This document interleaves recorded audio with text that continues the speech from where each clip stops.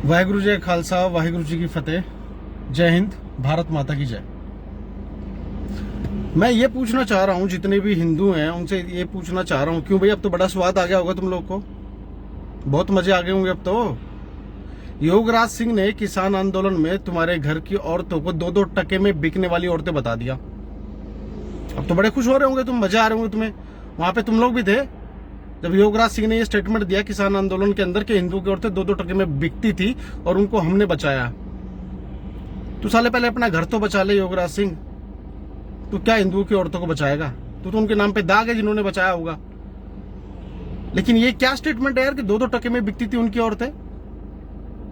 एक एग्जांपल देता हूं आपको। कंगना रनौत ने एक बुजुर्ग महिला के ऊपर एक कमेंट किया और कमेंट बहुत भद्दा कमेंट था। इसकी आलोचना भी हुई और हम लोग भी आलोचना करते हैं इसकी। ऐसा नहीं बोलना चाहिए था, बहुत गंदा कमेंट था जो उन्होंने कमेंट किया बुजुर्ग महिला के ऊपर। लेकिन आप लोगों ने ये महसूस किया कि उसके विरोध में सिर्फ पंजाब के सिख ही नहीं, पूरी ग्लोबल सिख जो कम्युनिटी थी सारी एक साथ आ गए। उनके कलाकार, उनके फिल्म स्टार, उनके मिनिस्टर, उनकी सेलिब्रिटीज, सबके सब एक साथ हो गए।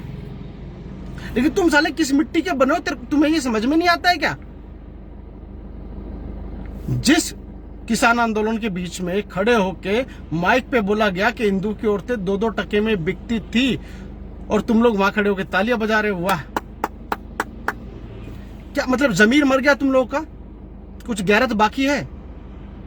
जितने भी हिंदू लोग हो, कब जागोगे यार तुम? कौन सी मिट्टी के बने हुए हो? अपने घर से जब निकलोगे ना किसान आंदोलन जाने के लिए, ट्रैक्टर लेके, गाड़ियां लेके, तो कम से कम अपने घर में बता के जाना अपनी माँ और बहनों को कि तुम्हारे बारे में क्या सोच रहे हैं वहां के लोग।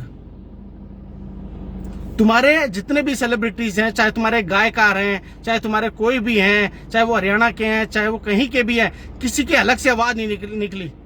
वो पहुंचा हुआ है बॉक्सर विजेंद्र सिंह, वहां पे स्टेज पे कह रहा है कि मैं अवार्ड वापस करूंगा। अरे तुम्हारी औरतों को 2 टके का बता दिया उन्होंने, क्या अवार्ड वापस करोगे तुम?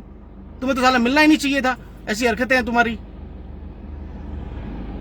तो भैया जाग जाओ और अपने घर के बारे में सोचो। ये किसान आंदोलन शायद शुरू हुआ होगा, लेकिन अभी किसान आंदोलन रहा नहीं है, इसको हाईजैक कर लिया अब। तो अभी भी टाइम है, जाग जाओ, सुधर जाओ, लोगों के बहकावे में मत आओ। जिनकी सरकारें चली गई हैं वो हर वो मुमकिन कोशिश करेंगे कि वापस वो सत्ता में आए। और सत्ता के नाम पे मरता हमेशा गरीब आदमी है, और सबसे ज्यादा तुम मरते हो क्योंकि तुम्हारे अंदर 1% भी एकता नहीं है। तुम्हें पता है पंजाब का किसान पूरे इंडिया का सबसे रिचेस्ट किसान है, पता है तुम लोग को? नहीं पता होगा ना? पता करो इन चीजों को, फैक्ट को जानो। कितनी चीजें गवर्नमेंट ने प्रोवाइड करा रखी है। ना सिर्फ इस गवर्नमेंट ने, पुरानी गवर्नमेंट ने भी प्रोवाइड कराई होंगी।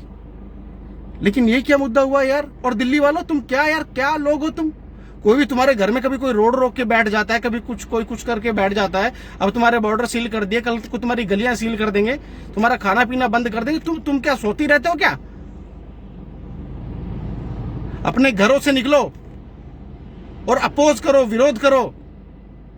जो किसान है वो किसान है, लेकिन बहुत से लोग हैं जो किसान नहीं है और वो सिर्फ अपने मुद्दे लड़ रहे हैं, अपने फायदे की चीजें लड़ रहे हैं। इसमें इससे ज्यादा कुछ भी नहीं है।